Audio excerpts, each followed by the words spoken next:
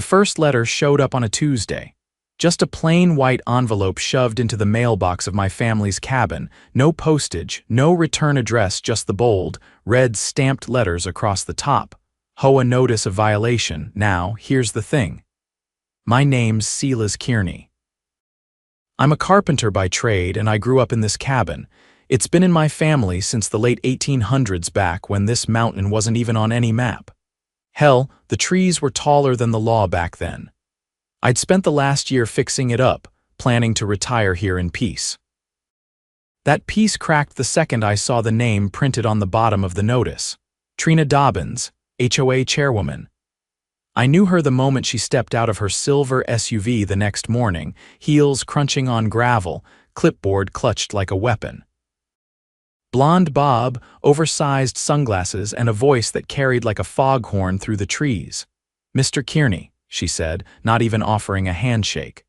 "I'm here to inform you that this structure is in violation of our community building codes."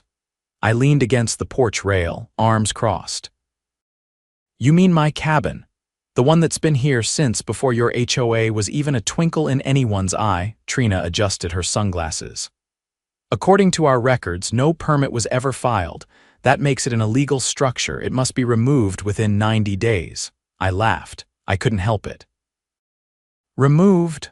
Lady, this cabin's been here since 1892. You think it just popped up last week?" She pursed her lips like she'd bitten into a lemon. "Regardless of its age, it doesn't meet the standards of our association. And as of 2 years ago, this area was annexed into the Maple Ridge Mountain HOA jurisdiction. That includes your lot." I narrowed my eyes. "Funny, I don't remember signing anything agreeing to that." Trina didn't blink. "It was voted on by the board. I suggest you cooperate, or fines will begin accruing immediately." I watched her get back into her SUV and drive off, dust in her wake. That night, I went down into the crawlspace beneath the cabin and pulled out the old lockbox my grandfather told me about when I was a kid. Inside, wrapped in yellowed fabric, was the original hand-scribed deed from 1892, signed, sealed, and recorded at the county clerk's office back when the land was still considered a frontier. Next morning, I drove down to the county records office, and sure enough, they still had the microfiche copy. The land was deeded to my great-great-grandfather, and here's the kicker: it was marked as a private in holding. That meant it was never legally included in any later land annexations, including Trina's precious HOA. When I got back to the cabin, there were 2 more notices pinned to my door. One said I owed $500 in fines, the other was an order to vacate. I grinned. Game on, Trina. I didn't waste time. Before sunrise the next morning, I had the original deed scanned, notarized, and filed with the county assessor's office. The clerk, a woman named Marla whose grandfather used to hunt elk with mine, raised her eyebrows as she slid the yellowed document into a protective sleeve. "Well, this'll stir the pot," she muttered. "Maple Ridge HOA's been trying to swallow up every inch of the mountain." Few folks bothered to push back. I gave her a nod. "They picked the wrong man this time." I stopped by the sheriff's office on the way back. Sheriff Harris knew my family.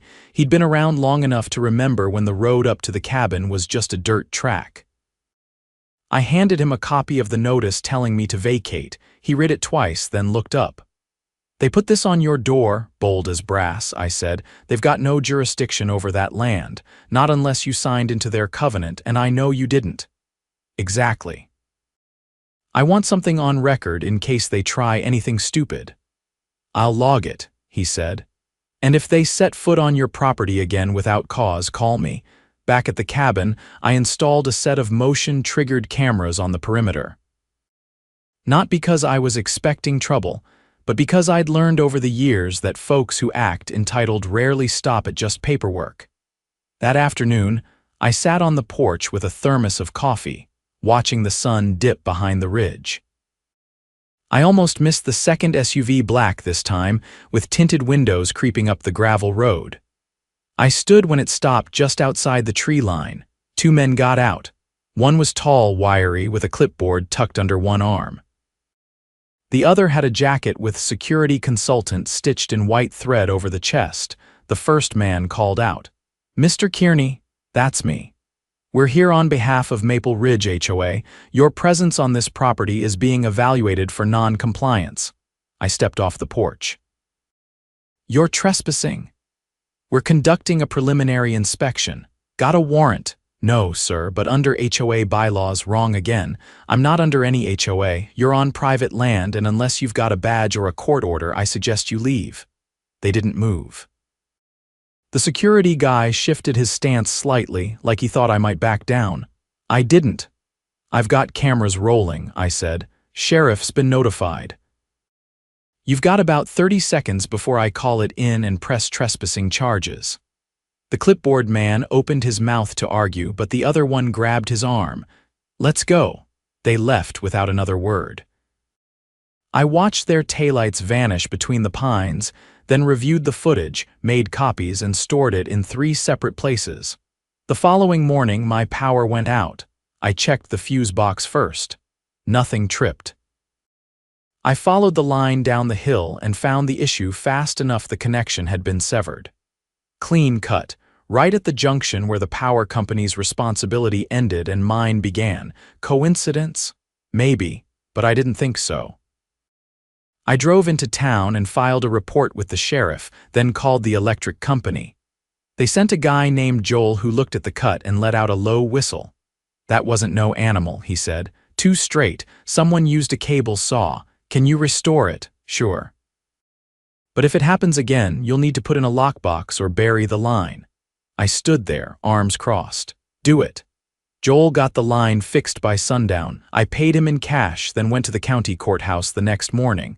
I wanted to see the original HOA annexation documents for myself. The clerk pulled them up on a dusty screen and printed a copy. The map showed the HOA boundary line drawn neatly, except it curved oddly around one corner mine.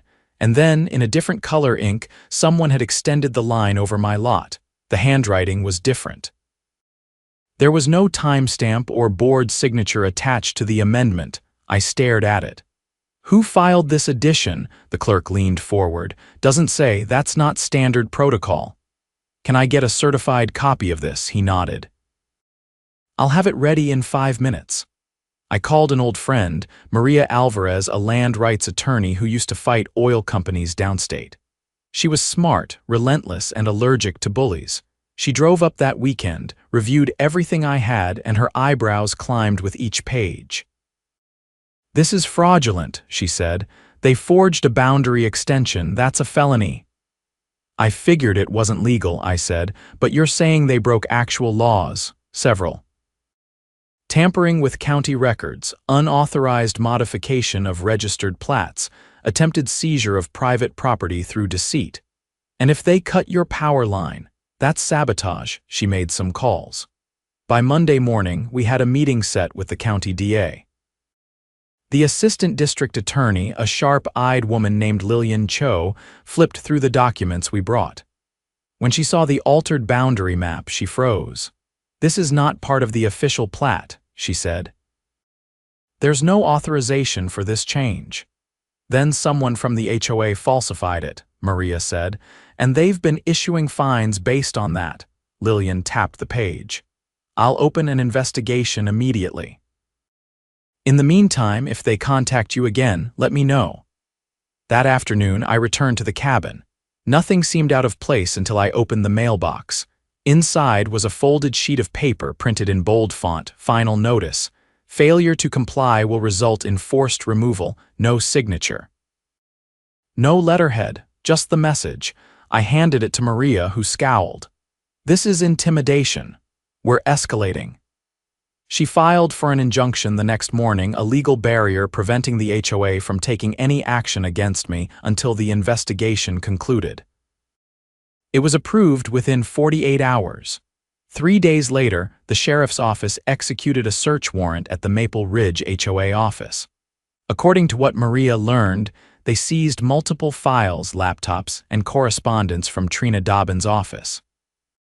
Turns out, She had been issuing violation notices to at least 6 other property owners on the outskirts of the HOA boundary, all of them long-time residents who had never agreed to join. Her plan was simple: drown them in fines until they either gave up their property or paid to comply. Most couldn't afford to fight back, but I could, and I had. The DA charged 2 HOA board members with falsifying public documents and conspiracy to commit fraud. Trina herself was arrested for coercion and unlawful threats. I was sitting on the porch when news broke a week later. A few neighbors drove by, some stopped to talk. One man, a veteran who'd lived up the ridge since the 90s, shook my hand. "Didn't think anyone'd ever stand up to them," he said. "I just wanted to be left alone," I replied. "Yeah," he said, glancing around, "but you did more than that. You stopped them from steamrolling the rest of us." That night, I lit a fire in the old stone pit out back and sat under the stars with Maria, sipping coffee. She looked around at the trees, the silence, the cabin that still stood as it always had. "You know," she said, "they're going to have to dissolve the HOA or at least restructure it." "I don't care what they do," I said, "as long as they stay off my land. They will now." She was right. They never came back. The first hearing was set for a Thursday morning at the county courthouse, just 2 weeks after the DA's office launched their investigation. I wore my cleanest flannel shirt, boots scrubbed of mud, and carried a folder thick with affidavits, maps, and printed email threads that Maria had compiled. She met me there, sharp in a dark gray suit and carrying a leather binder that looked like it could double as a battering ram. The courtroom was half filled by the time we walked in. A few neighbors I recognized sat on the benches, murmuring quietly. At the front, behind the defendant's table, sat Trina Dobbins minus the power suit and sunglasses. Her attorney, a pale, stiff man with wire-rimmed glasses, flipped through papers without looking at her. She kept her hands clasped so tight her knuckles had gone white. Judge Keats entered, adjusted her robe, and called the room to order. Her gaze swept across the room, lingering on Trina for a fraction longer than necessary. The DA's office led with the forged annexation map, laying out the timeline of how the HOA had submitted it, used it to expand their jurisdiction, and then issued citations based on an altered boundary that was never legally approved. The key blow came when they revealed a series of internal emails subpoenaed from the HOA's servers. One of them, written by Trina herself, read, "If we can get the older parcels under our umbrella while they're distracted or unaware, we'll be able to triple our reserve funds by next quarter. Don't give them time to push back." That line sucked the breath out of the room. Maria leaned over and whispered, "They just handed us the whole game." But it got worse. The DA's investigator took the stand and testified about a hard drive recovered from the HOA office.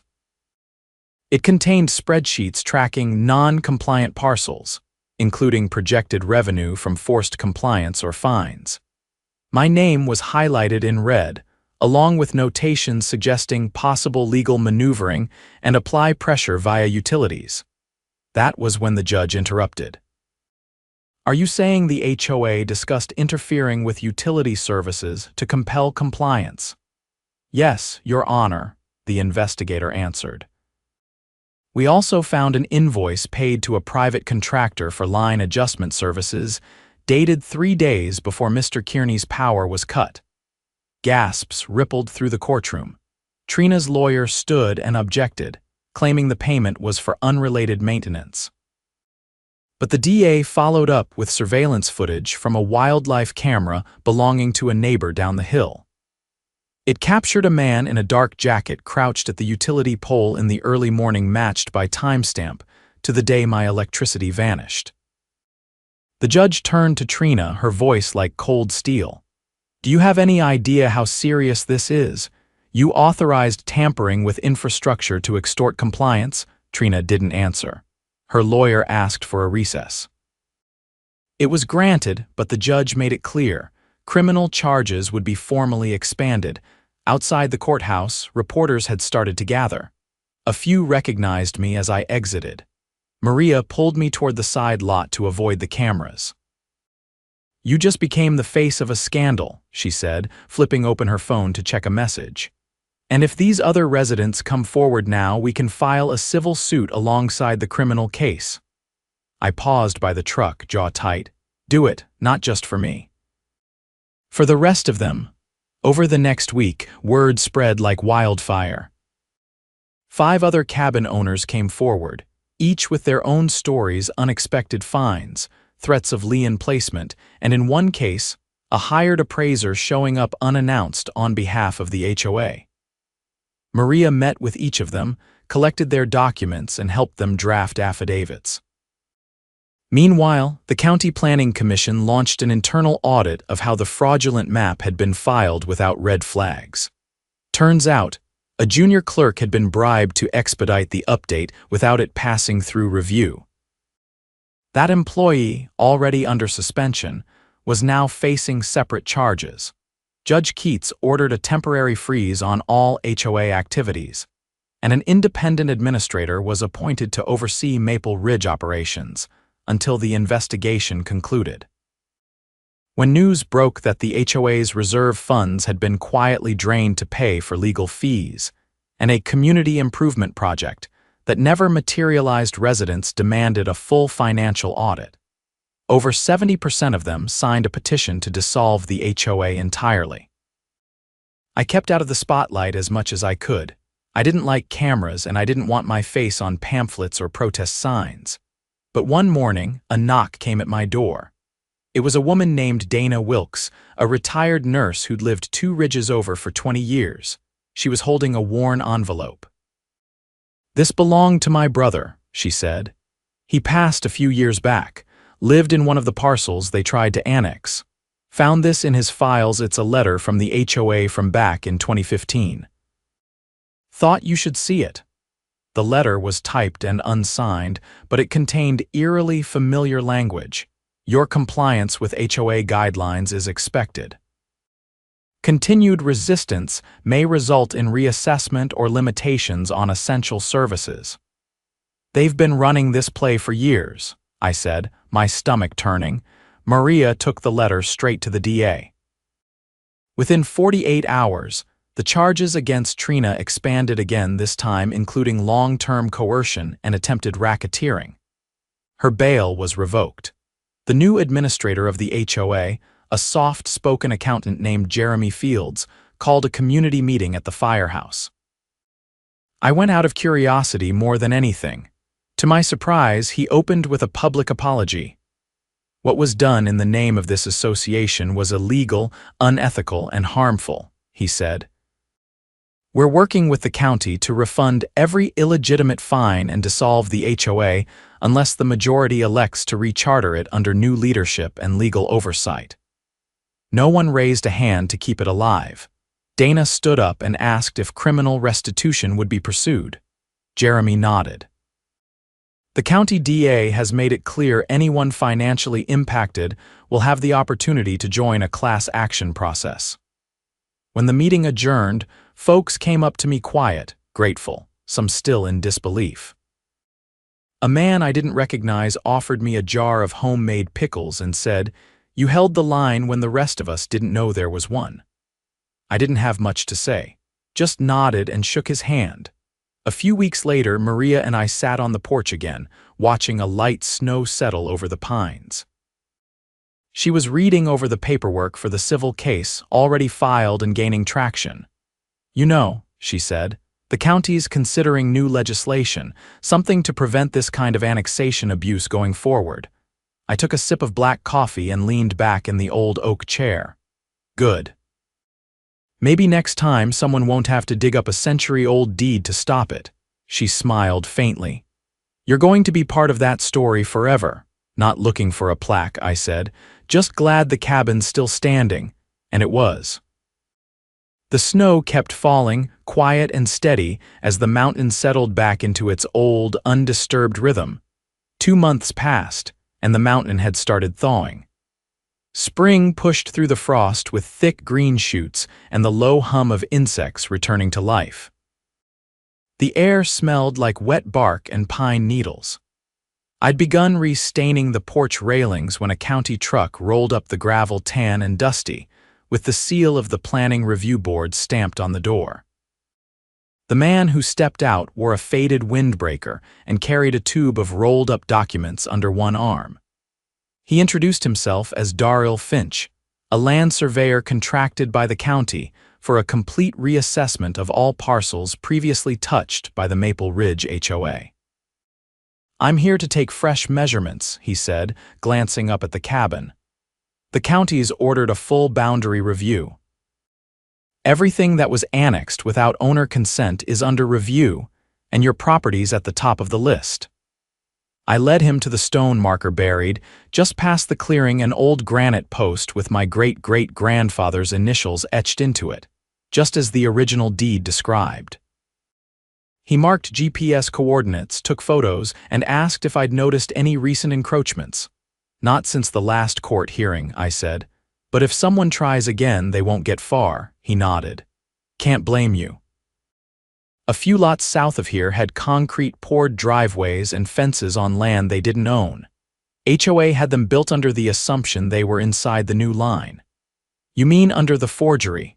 "Exactly." He left after an hour, promising to send a certified map once the review was complete. I watched him go, then went inside and pulled the last of the construction receipts from the drawer. I'd been documenting everything, every nail, board, and permit related to the restoration work I'd done. Maria said it would help in the civil case, especially if we wanted to show damages from their interference. By the third week of April, word came down that the HOA had officially collapsed. No board, no meetings, no remaining funds. The administrator stepped down after finalizing the public dissolution paperwork. The county absorbed what little remained, mostly a few maintenance contracts and a stack of unopened mail. But the real storm hadn't hit yet. It came out of nowhere, buried deep in the audit reports. A county IT technician flagged a string of encrypted messages found on a laptop recovered from the HOA office. The messages weren't just internal memos, they were communications between Trina and a contractor listed as Mountain Regional Asset Solutions. At first glance, it looked like another shady consulting firm. But the deeper the investigation went, the uglier it got. Turns out the contractor didn't just advise HOAs. They specialized in strategic property acquisition. Their model was simple. Push out elderly or absentee owners using legal pressure, then flip the land to developers through shell buyers. And Maple Ridge HOA had paid them nearly $70,000 over 2 years. The county sheriff's office coordinated with the state attorney general once it became clear this wasn't an isolated scam. They traced the funds to a bank account in Nevada, routed through a network of fake LLCs. Trina had signed off on every payment. Maria got the call late one night. I was fixing a loose latch on the gate when she came out onto the porch, phone still in hand. "They're charging her under the Racketeer Influenced and Corrupt Organizations Act," she said, voice tight. "Rico, this isn't just HOA corruption anymore. It's organized fraud." No one in town had seen that coming. Within days, the AG's office issued indictments for Trina and 3 others, 2 of whom had never appeared at HOA meetings. They were part of the contractor group, acting as silent liaisons between Maple Ridge and developers out of state. What chilled me most was the timeline. According to the AG's report, my cabin had been flagged as a prime acquisition target, almost a year before I moved back. They'd marked it as vulnerable due to isolated location, low surveillance risk, and unclear title records. The only part they got wrong was the title. The county held a town hall at the Civic Center the following week. The place was packed, standing room only. Residents from every corner of the ridge came, some holding property maps, others just there to listen. A deputy AG named Colin Drayton took the podium and laid it all out. "The HOA was acting as a front for a coordinated land grab," he said. They used intimidation, forged documents, and illegal fines to destabilize ownership and force desperation sales. This wasn't about community standards, it was about profits. No one clapped, no one cheered. It was too raw for that. A woman near the front asked if they could get their money back. Drayton said restitution would be handled through the civil suit. Criminal charges would come first. I stayed quiet through most of it, arms folded back against the wall. I didn't need to speak anymore. I'd already made my stand. Outside, Dana caught up to me in the parking lot. She looked tired but lighter somehow, like the weight she'd been carrying had finally shifted. "They're not coming back," she said. "Not to this mountain," I agreed. Back at the cabin, I took down the last of the perimeter cameras. Not because I didn't trust the world anymore, but because I didn't need to watch my back every second. The peace I'd wanted when I first returned, it was finally real. 3 weeks later, Maria called again. The judge overseeing the civil case had ruled in favor of the plaintiffs. The settlement fund would be paid out from liquidated assets seized from the fraudulent contractor group. Every resident who'd been fined, harassed, or had their property devalued would get compensation. She asked if I wanted to speak at the press conference. I told her no. Instead, I spent that morning replanting the old garden bed behind the cabin. My grandfather's tools still hung in the shed, rusted but solid, and the soil turned just the way I remembered it, rich, dark, full of promise. By summer, the wildflowers came back, so did the neighbors. Not all at once, not with grand gestures, but in quiet ways. A man from 2 ridges over helped me patch a stretch of the access road. Dana dropped off a basket of peaches from her tree. A retired mechanic offered to tune up my truck for free. We weren't a community bound by rules anymore. We were bound by resilience. One evening, as the sun set behind the ridge and the wind carried the scent of cedar through the open windows, Maria stopped by. She'd finished the last of the filings and was heading back downstate. She stood on the porch, watching the sky fade from gold to indigo. "You know," she said, "I don't get many cases with endings like this." I handed her a mug of coffee. "What kind of endings do you usually get?" "Ones where the damage sticks. Where people give up and walk away." I looked out past the tree line where the cabin stood firm against the mountain's shoulder. "Sometimes it takes 130 years to build something that lasts," I said. "But when it does, you don't let anyone take it." She smiled, not the kind you give for show, but the kind that says it's over and it was worth it. We sat on the porch in silence for a while, listening to the wind rustle through the trees. No engines, no threats. Just the sound of a place returned to itself. And this time, it would stay that way.